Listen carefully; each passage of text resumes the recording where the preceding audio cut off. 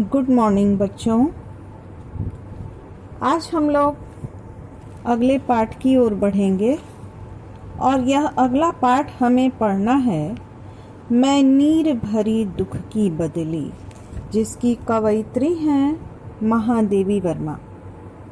हिंदी साहित्य के इतिहास में हम लोगों ने पढ़ा था कि हिंदी साहित्य के इतिहास को 4 कालखंडों में बांटा गया है। उसमें आदिकाल, भक्तिकाल, रीतिकाल और आधुनिक काल। उस आधुनिक काल को भी हम लोगों ने 5 भागों में बांटा है, जिसमें भारतेंदु युग, द्विवेदी युग, छायावाद, प्रयोगवाद और प्रगतिवाद के नाम से जानते हैं। तो महादेवी वर्मा छायावाद की प्रतिनिधि कवि थी।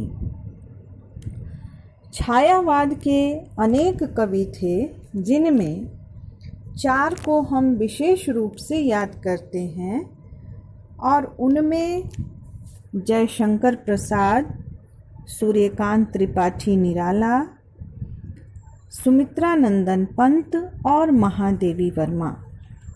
तो महादेवी वर्मा छायावाद की प्रतिनिधि कवि थी।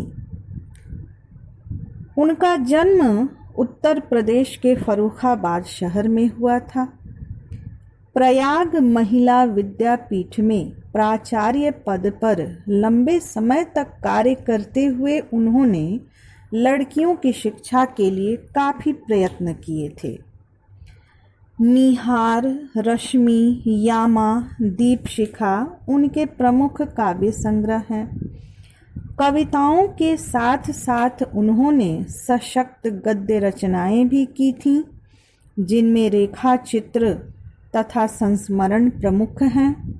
कुछ उनकी जो रचनाएं हैं, गद्य रचनाएं, हम लोगों ने अपने विद्यालय के पाठ्य पुस्तक में पढ़ा भी है। जैसे गिल्लू हम लोगों ने पढ़ा था, सोना और बदलू, ऐसे बहुत सारे उनके पात्र हैं जो हमने कहानियों के माध्यम से उन विशेष लोगों को समझा था, जाना था, उनके अंदर की उदारता और दया को भी जाना था। तो इस तरह उन्होंने बहुत सारी गद्य रचनाएं भी की हैं, जिनमें अतीत के चलचित्र, स्मृति की रेखाएं, पथ के साथी, श्रृंखला की कड़ियाँ उनकी महत्वपूर्ण गद्य रचनाएं हैं। महादेवी वर्मा को साहित्य अकादमी, भारत भारती एवं ज्ञानपीठ पुरस्कार से सम्मानित किया गया है। भारत सरकार ने उन्हें पद्म भूषण से भी अलंकृत किया है। यहाँ जो हम लोग पाठ पढ़ेंगे, मैं नीर भरी दुख की बदली, यह महादेवी वर्मा के सुप्रसिद्ध काव्य संग्रह यामा से संकलित है। तुम लोग जान लो बच्चों कि आधुनिक युग की मीरा के नाम से भी महादेवी वर्मा को जाना जाता था।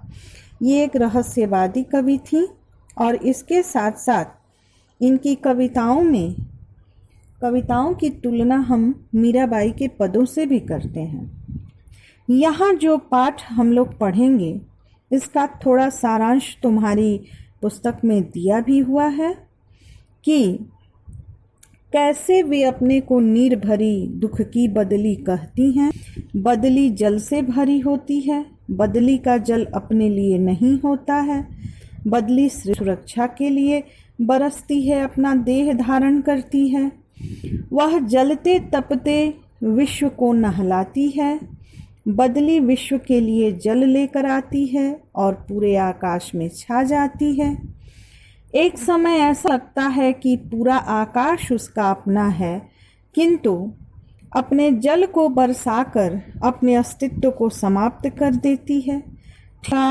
एक दयावान व्यक्ति, करुणाशील व्यक्ति, उदार व्यक्ति भी संसार में दूसरों के लिए अपने करुणा का जल लाता है और सभी को समान रूप से संतृप्त करता है, संतप्त करता है। उसका अपना कोई निजी सुख दुख नहीं होता, दूसरों के सुख दुख में हमेशा शामिल रहता है और दुख दर्द को बांटता है। आसमान का कोई कोना उस बदली का नहीं होता, लेकिन बिना उस बदली के इस पूरी सृष्टि में कहीं भी हरियाली, उल्लास या सौंदर्य नहीं होता। तो इस कविता में उन्होंने दुख और करुणा के बारे में अपने आप को बदली के समान मानती हैं। पंक्तियों पर ध्यान दोगे। मैं नीर भरी दुख की बदली, कवयित्री अपने आप को दुख की बदली मानती हैं, ऐसे दुख के बदली जो नीर से, पानी से, जल से, आंसुओं से भरा हुआ है। और वह बहुत बड़ा विशाल विराट मेघ नहीं है, बल्कि वह छोटी सी बदली है, एक छोटा सा बादल का टुकड़ा है। और इस तरह उस बदली को की तुलना वे अपने आप से करती हैं। वे कहती हैं, इसमें चिर निस्पंद बसा, क्रंदन में आहत विश्व हंसा। धड़कन, उस धड़कन में चिर मतलब शाश्वत, वह शाश्वत निस्पंद, वह ईश्वर जो न जन्म लेता है न उसकी मृत्यु होती है। वह हमसे पहले भी था, आज भी है, और हम रहे न रहे हमारे बाद भी रहेगा। तो वह ईश्वर, शाश्वत ईश्वर हमारे स्पंदन में, हमारी धड़कन में बसा है। और क्रंदन में, दुख में, दर्द में, पीड़ा से संसार आहत है, हताश है, निराश है, लेकिन उसी में वह अपने हंसी का साधन मार्ग भी ढूंढ लेता है। इस संसार में एक तरफ जहाँ हंसी है, वहीं दूसरी तरफ रुदन भी है, क्रंदन भी है। तो ऐसा नहीं होता है कि पूरी सृष्टि एक साथ क्रंदन करती है या पूरी सृष्टि, पूरा विश्व एक साथ हास्य करता है। दोनों ही परिस्थितियां हैं, एक तरफ जहां आंसू है, दूसरे तरफ हंसी भी है। नयनों में दीपक से जलते, पलकों में निर्झर नी मछली। कवित्री कहती हैं कि मेरी आँखों में दीपक से जल रहे हैं। जिस तरह दीपक में तेल रहता है और बाती से वह जलता रहता है, उसी तरह मेरी आँखों में भी, मेरे नैनों में भी आंसू हैं और उन आंसुओं से दीपक जलता है, संसार को प्रकाशित करता है।